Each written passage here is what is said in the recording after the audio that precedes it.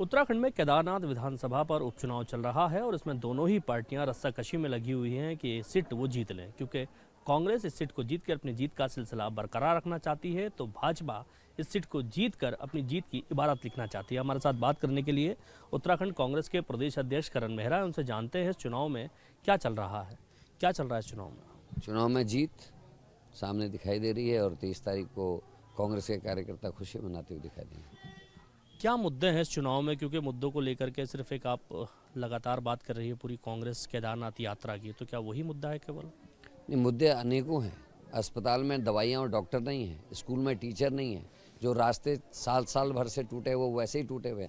अगस्तपुरी का पुल को टूटे हुए 5 साल हो गए, वो भी मुद्दा है, आज तक उसको नहीं मना पाए। झूठी घोषणाएं की है, जियो नहीं है, फॉरेस्ट के पेपर्स ट्रांसफ़र नहीं है, सड़कों के लिए 5-5 करोड़ के प्रस्ताव जो उनके रिपेयर के लिए थे वो आज भी शासन में दबे पड़े हैं। घोड़े खच्चर वालों के पैसे का दुरुपयोग खड़ंजू में किया जा रहा है। घोड़ों के लिए पीने के पानी की व्यवस्था नहीं है, ना उनके लिए वेटनरी डॉक्टर की व्यवस्था है। तो ये सारे मुद्दे हैं। उनकी यात्रा की वजह से जो बिजनेस बढ़ता था, जो व्यापार था, उसमें 50% तक की गिरावट आई है।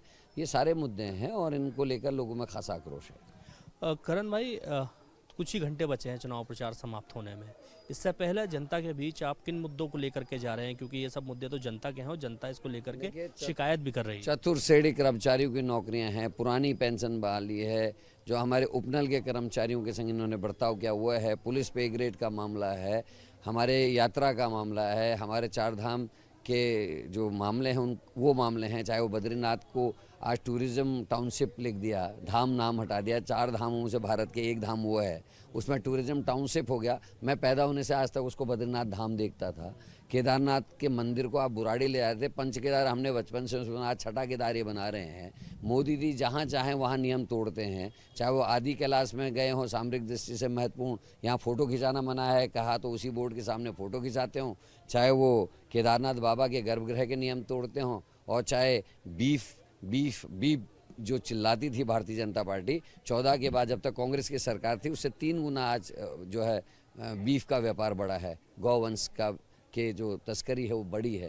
तो ये सारे मुद्दे हैं जिस पे यहाँ के लोग आक्रोशित हैं और नाराज़ हैं। देवभूमि है, मुझे लगता है कि अंकिता भंडारी से लेकर बहनों के ऊपर हुए जो अपराध हैं उन सब को लेकर लोगों में नाराज़गी है। उनको याद है, महिलाओं से जब मैं पूछ रहा हूँ, हाकम सिंह का नाम सबकी जबान पे है, मंगलौर के मंडल अध्यक्ष का नाम सबकी जबान पे है, सल्ट और चंपावत के उस मंडल अध्यक्ष का जो बलात्कार के केस में जमानत है उनका नाम सबके, दुख संघ के चेयरमैन का नाम सबके मुँह में है। तो ये यूँ ही नहीं है, ये लोगों में जब चर्चा होगी इसीलिए तो लोग इनके नाम ले रहे हो, इन्हीं विषयों पर बातचीत चल रही है। करण भाई, एक मेरा आखिरी सवाल है, अपने आपको कांग्रेस कहाँ पाती है इस चुनाव में, क्योंकि आपके सामने सरकार है, सरकार के तमाम मंत्री हैं, मुख्यमंत्री हैं, तमाम बड़ा अमला है, आप अपने आप को कहाँ देख रहे हैं? रावण रथी विरथ रघुवीरा।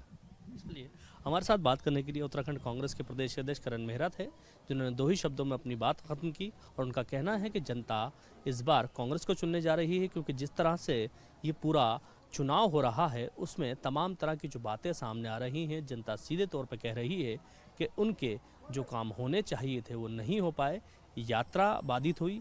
इसको लेकर के लोगों में नाराज़गी है और कांग्रेस इसी नाराज़गी को भुनाकर ये सीट जीतना चाहती है। Danish Khan, ABP live, Kedarnath. For exclusive and insightful videos, subscribe to our new channel ABP Live Premium.